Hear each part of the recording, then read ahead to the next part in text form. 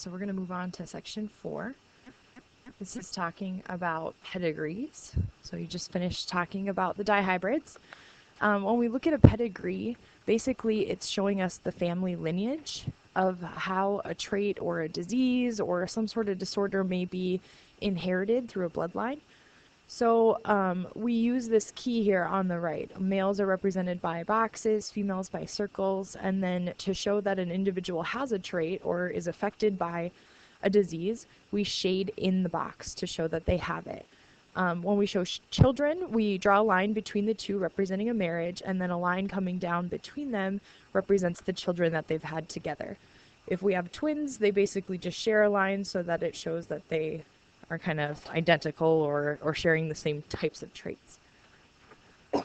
Excuse me. So when we start looking at this family lineage, only recessive traits are going to skip those generations. So you may see, one line, like the grandparent line, may be shaded in, and then all of a sudden the next line down, they're not shaded in, and then we get to the grandchildren line and they are. It's usually a good sign that it's a recessive trait. If they're homozygous dominant, all the offspring will display the trait. They'll all be kind of shaded in. And if the trait is going to skip a generation, we can assume then that both parents are heterozygous. That's how we get that recessive trait to pop back in again. So to practice on this one, if individual 1 in generation 1 is big A, little a, we want to fill in the genotypes for all the individuals on the pedigree below. So I'll give you just a second to try and do this. So make sure you write big A, little a right next to this one. And we're assuming that because it's shaded in, okay, that this is probably the big A's responsibility, or that's kind of what's causing the shading. Also, that big A is showing up in both the second and the third line down. So if we start filling in the rest of the genotypes here, we could assume individual 2 probably has little a, little a. So now this line coming down off of them shows us all their children. So anybody else who is not shaded in, we can assume is the little a, little a. So we'll give that to them right away. And now the shaded in ones, the only phenotype that they could, or genotype that they could possibly get would be that big A, little a. There's no way to get 2 big A's because we don't have 2 big A alleles present. So fill those in. And then if we do the children under them, this little guy is not shaded in, so he's little. And again, coming down off of these 2 parents, the only way that they could get that trait is just by having that one dominant allele. So this is saying, is this trait dominant or is this trait recessive? Well, since we didn't skip a generation here, okay, and the trait is actually showing up, we're going to assume that this is then basically a dominant type trait situation happening in this one.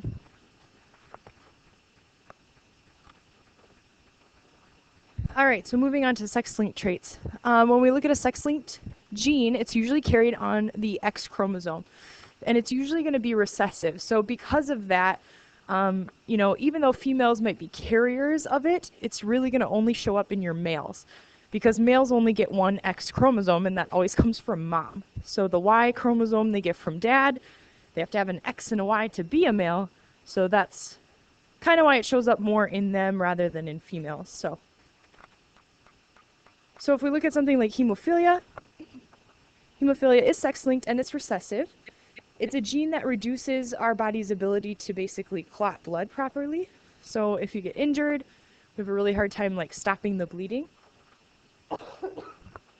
Excuse me. So I want you to list the genotypes for each of those phenotypes, and you're going to be using X's and Y's to show if they're boy or girl, and then we're going to superscript the H's to show whether or not they have hemophilia. So for the carrier female, she's a girl, so she's got to have XX, and she's carrying hemophilia. So she would have one big one and one little one, okay, and the little one is where she's carrying it. A non-carrier female, she's got to have XX because she's a girl, and she's going to have 2 capital H's. She is not carrying, she's normal. And then a female with hemophilia would have two little h's. So the only way to get that recessive sex-linked trait is to have two of the recessive alleles. Now boys have to have XY, and it says he's normal, and only the X chromosome carries the trait, so we leave the Y blank. And then a boy with hemophilia would just have the little h. So you only put those H's or those traits on that X chromosome. We leave the Y's alone. Okay, so now try this example. Since we filled that in, it says cross a female that's a carrier for hemophilia with a normal male. So we'll give our girl the top here. And she's carrying hemophilia. And our male is, it says, with a normal male. Okay, so it looks like that. So if you fill in the Punnett square,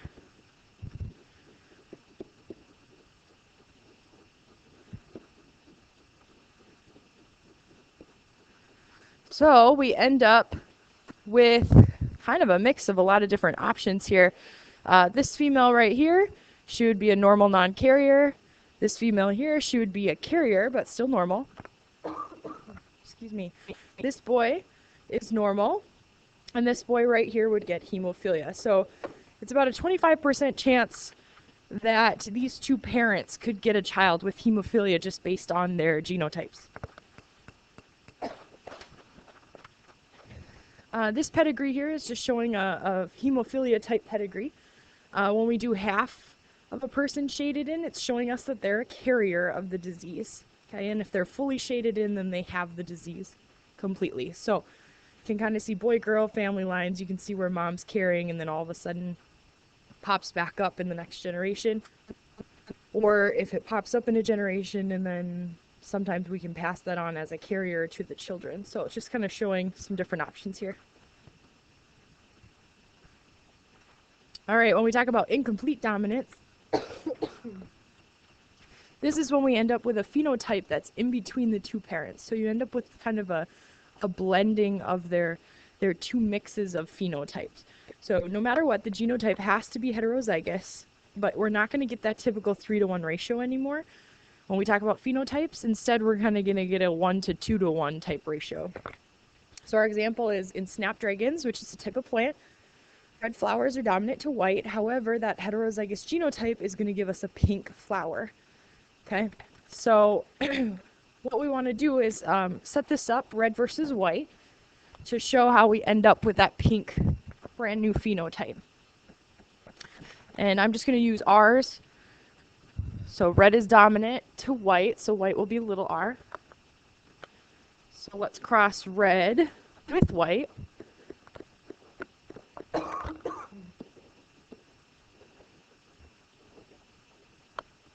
So here we end up with, genotypically, they all have, 4 out of 4 would end up with that big R, little r heterozygous genotype. And then phenotypically, 4 out of 4 would be in between. So a mix of red and white is pink. Okay, so this is a little bit different than completely dominant. In our normal situation, that big R would take over and these would all be red.